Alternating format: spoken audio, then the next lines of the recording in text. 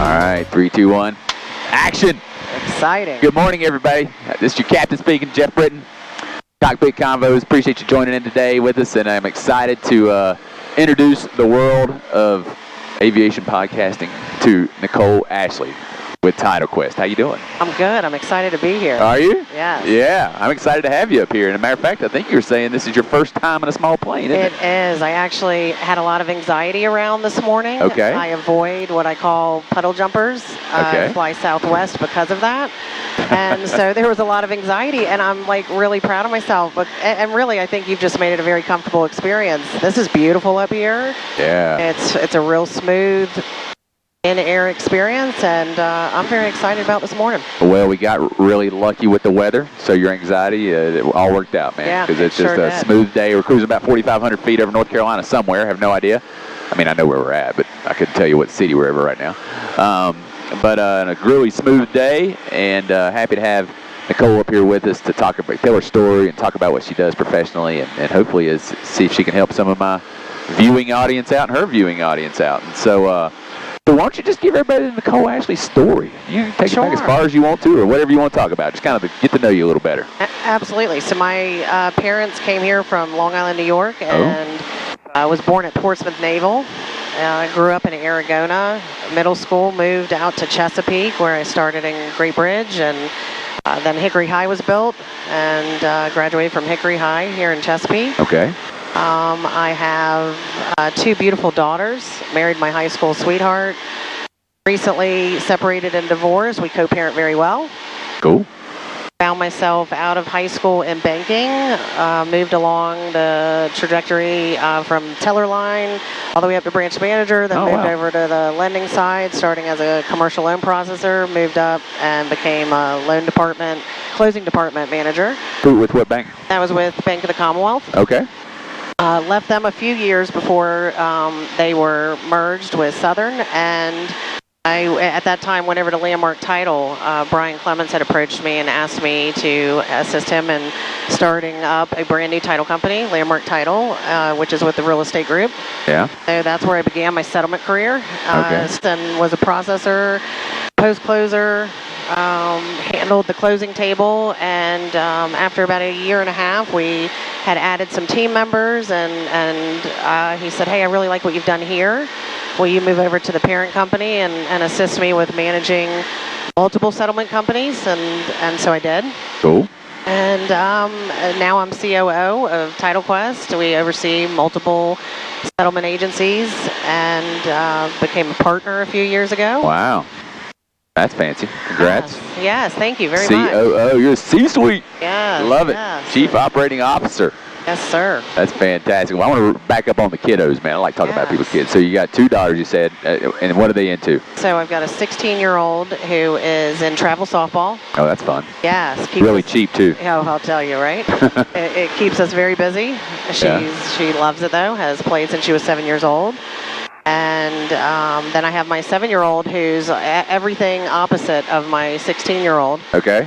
Just loves music, loves people, loves being involved in everything. Yeah. And keeps me on my toes. Awesome. That's going to be my one to be concerned about. Ava's my rule follower. Okay. Maggie's my what's she doing? Where's she at? Where's she at? She's the Life 360 daughter. Very much. So now your softball daughter, you think any college aspirations there to play? Very much. We're now doing what are called showcase tournaments. Okay. And that's where they play in front of college coaches.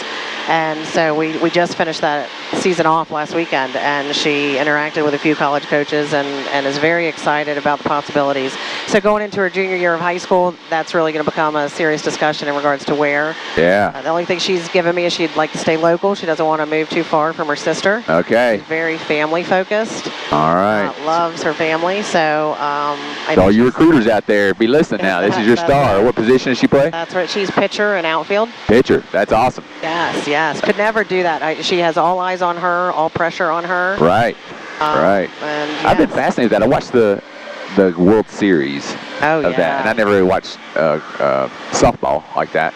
And it's just amazing how fast they rip those balls down the line. And I mean, it's just such a competitive sport. And I don't remember who won. I want to say it doesn't matter, but it was 2 amazing teams. And it was really cool. So, well, good luck to her. Thank you. Yeah, I'll have to insert like a little bit of a highlight reel into this video if you got some of that action. I'll look for something. So, absolutely.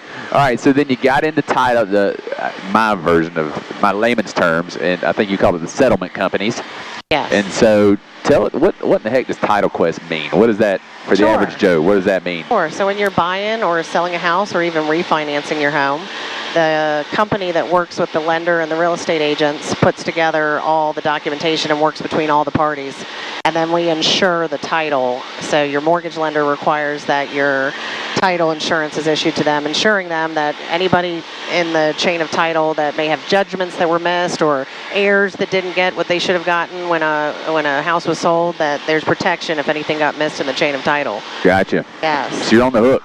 We're on the hook if we miss the risk. Yeah. Do you underwrite it yourself as far as like even self-insure? You're the one paying the money, or do you sell that off to another person? So settlement and title insurance companies are appointed with national underwriters. Okay. So that's First American, Fidelity, and Old Republic for us. Just like a State Farm or a Nationwide or an Allstate or something like that, the insurance companies. Correct, and then you're their agencies. Right. So in the settlement end, we are the agency. Got it. And we are appointed with the national underwriter. So our job is to perfect the title, make sure that we've identified all risks and cleaned it up, and therefore they have no risk.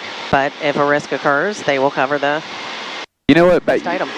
I am probably in hopefully a very small minority, now that you've mentioned that, the people who have actually benefited from title insurance. And here's why. We bought some land back in the 2008, lost everything, went bankrupt because of it, but not bankrupt. We almost went bankrupt. We didn't get bankrupt. But we were basically bought some lots up in Nashville at some investment joint in our LLC names and this, that, and the other. We all had individual LLCs, and put $1 million in each lot and put 2.3 in one house and sold it for 1.1. Oh, wow. And so all the partners had to come up with $100,000 a piece, which pretty much washed us out. Gosh, we were like 35, 36. So all of our savings and 401k, all that stuff was gone.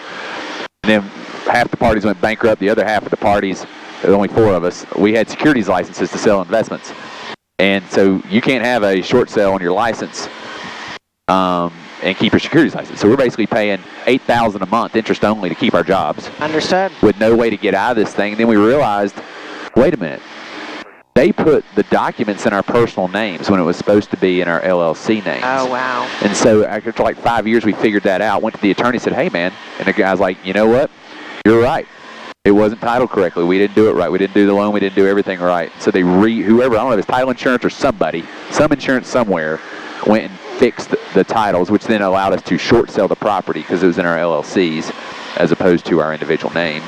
Correct. And so I don't know if that's title insurance or... That is title. So on the settlement end, we have to make sure that we handle all of the documentation correctly. Yeah. And yes, when you then go to sell, if it's identified that something was missed, it has to be corrected, which can be incredibly challenging to track down parties, that maybe this sold 20 years ago and someone's died or they've just disappeared. Yes. So it's incredibly important to handle all steps of the process very accurately up front. Yeah. So, one of my reasons for doing this is, of course, meet cool people, but the primary reason is so that you can market to your customers, right? Sure. So who is your customer?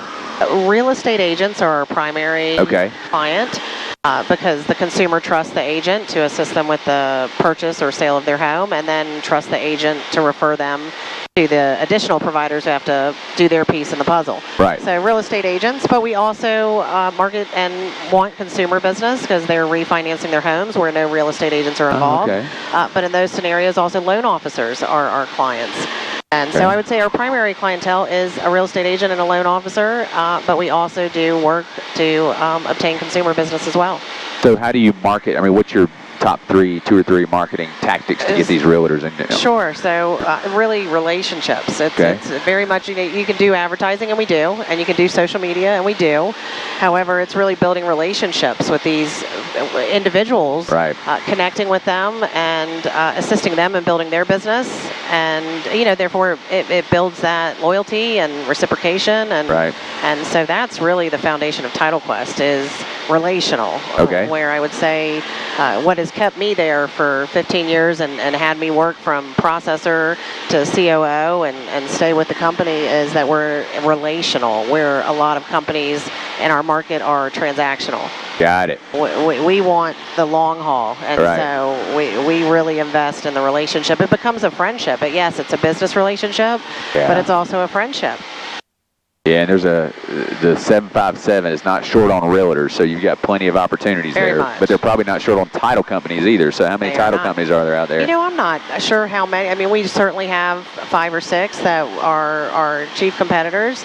But even in that regard, our approach and how we see it is we're all in the same sandbox. Right. We work together daily. They're usually on the other side. If we're handling the buyer, they're handling the seller. If we're handling the seller, they're handling the buyer. Got it. So even in that regard, we seek to build relationships with our competitors as well, because when we're trying to get to the table and there is a title issue that was missed from a prior company that closed, kind of what you were describing in regards to your sale of your lot, we need to be able to work together to see how we're going to insure the risk and fix the risk. And you know, if you can't have those conversations and come together, it's a disservice to the real estate agent, the loan officer, and the consumer. So got it.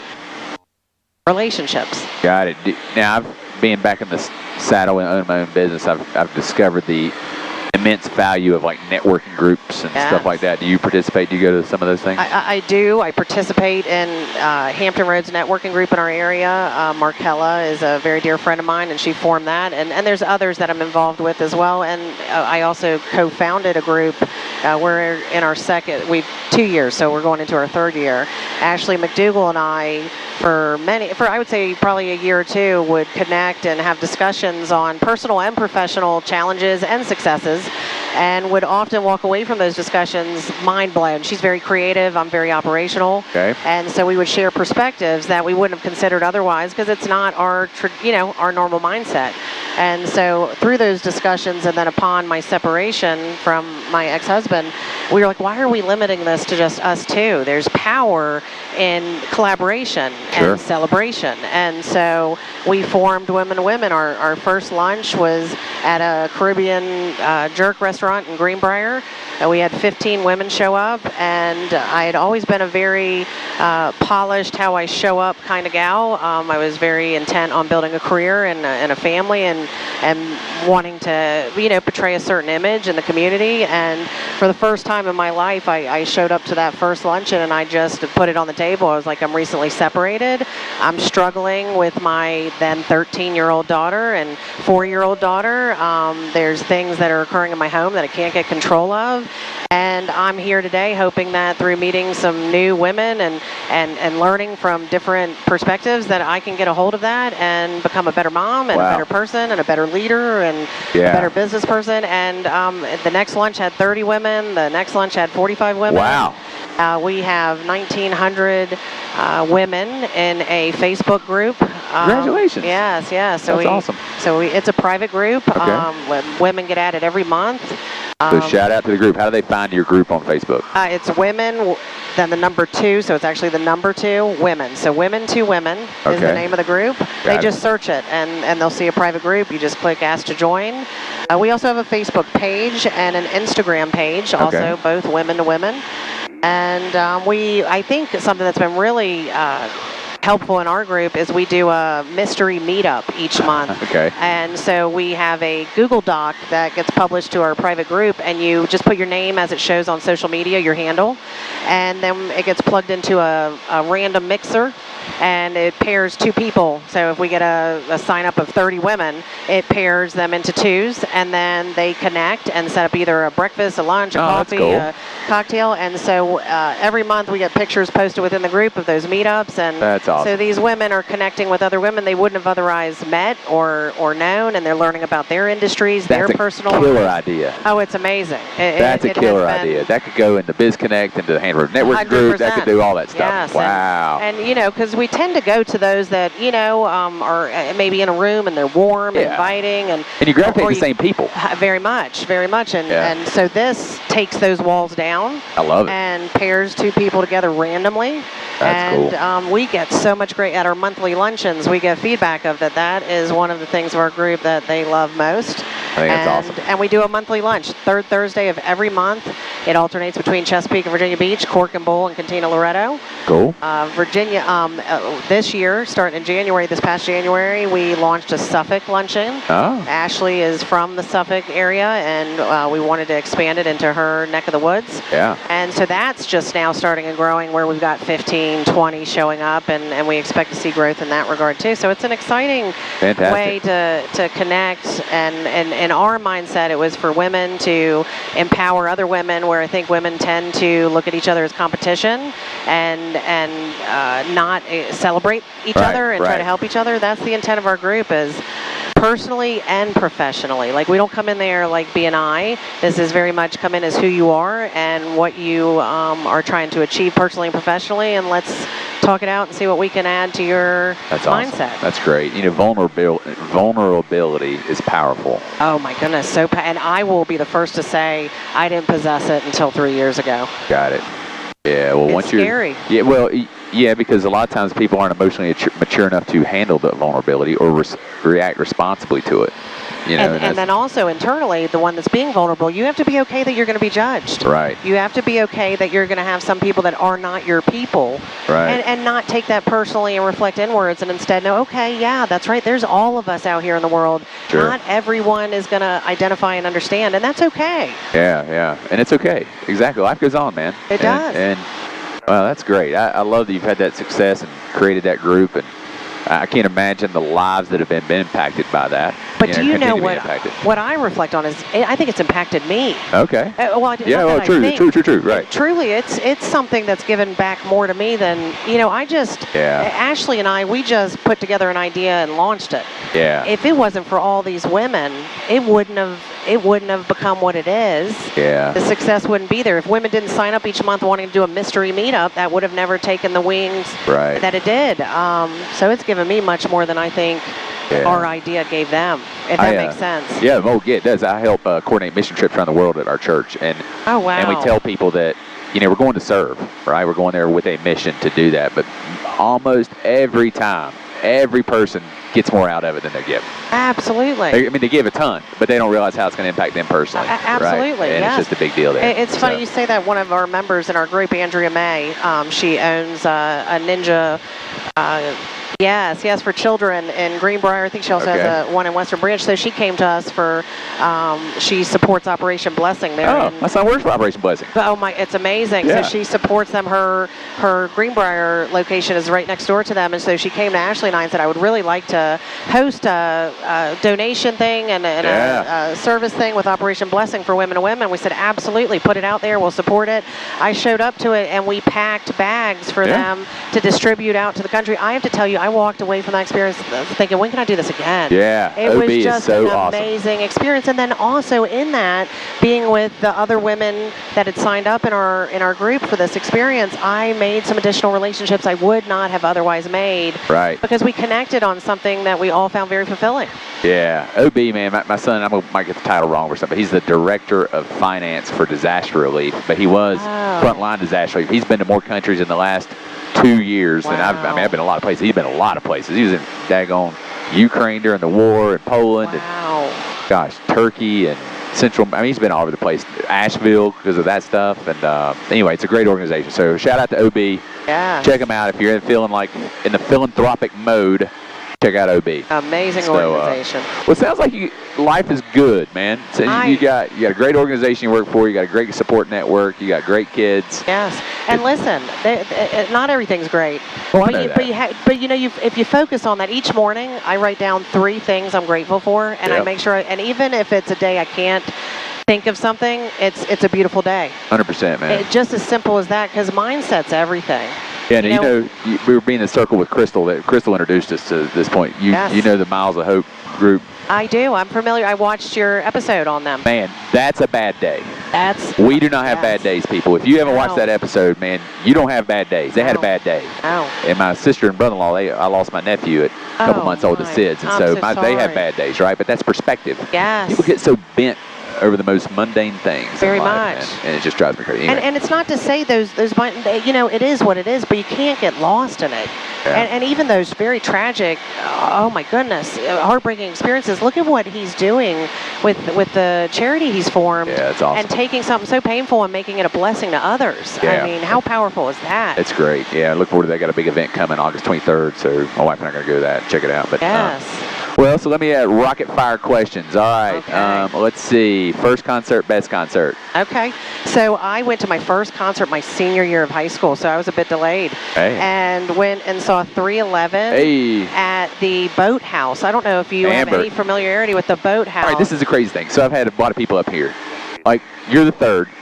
Third out of the last 5 I've done have brought the Boathouse up as their first concert. Do you know it was an amazing venue? And to this day, I don't understand why the city didn't do what they needed to do to keep it. Yeah. You know, I heard you were like crawling through the floor or something of that place. Correct. I mean, it needed to go, but it was amazing. Right on the water. Yeah. Right in Norfolk. Okay. Fantastic. You know, small venue. Yes. Yeah. Oh, loved it. It was great. 99. Yeah. Oh, 311. It was you, Chris Shelton, the Cure guy. His first concert was at the Boathouse, and then Bradley Furman. I don't know if you know Bradley Furman. I'm not familiar. But he does a point of sale service and all the retail type operations for people. And his first concert was at the Boathouse. Oh. So anyway, 311 at the Boathouse. Amber, one of my favorite songs 311 sings. Oh, my all goodness. right. So what's your best concert? My best concert. This is so I went to Portsmouth Amphitheater. Okay. Shaggy. Shaggy. Girl, you're my angel. And the reason it stands out as a best is I, at the time, took my boss on the banking side when I was in the banking industry. Yeah. And she was, so I was maybe, late 20s. No, I had to been mid-20s. She was 60-something years old, and she came with me and a couple friends, and she had the best time. That's great. Just the energy of singing and dancing to Shaggy songs. It was amazing. That's great. Yes. All right, now if you don't, but if you had to sing karaoke, what would be your song? Morgan Wallen. Okay. Okay, and I love all of his songs. Let me think of a Morgan Wallen song. All right. Yes. Cover Me Up. Oh, that's a great song. So Jason Isbell also sang that song. Cover Me Up is a great. So that song's been played by a lot of people. It's one of my favorite songs. I did not know that. I'm gonna look that up and listen just to hear the difference. Yeah. So Jason Isbell is where I heard it first, and then Morgan Wallen came out with it second. And I'm sure somebody wrote it before Jason Isbell. But I'll text you the song. It's a great version of it. Speaking of you texting, it just made me think. You recommended Whiskey Kitchen to me when I was in Raleigh. That's right. Can I tell you, me and my 2 daughters, we went the first night we arrived, and it was amazing. I mean, what an excellent atmosphere. The food was great. You're welcome. Loved being down in the city. Brussels sprouts. Downtown. Oh, my goodness. And Brussels sprouts are my jam. Come on, fam. My oldest, too, loves them. The best we have had. Yeah. And I have to tell you, when I did a post, I got a lot of DMs about, I can't believe you went all the way to Raleigh and you went to Whiskey Kitchen that we have here. And I was like, no. It's not a chain. Right. This is not the same. And so it was good to let some folks know that I think wouldn't have known otherwise that there's a real cool restaurant in downtown Raleigh that we need to check out. Yes. Yeah, right by the amphitheater. If you're going down there, Red Hat Amphitheater's a couple blocks away. That's how we found it. We went there and then walked to see a David Gray concert. But well, I've enjoyed having you up today. Yeah, I enjoyed being here. Yeah, Thank you for having me. Hopefully not your last time in a small plane.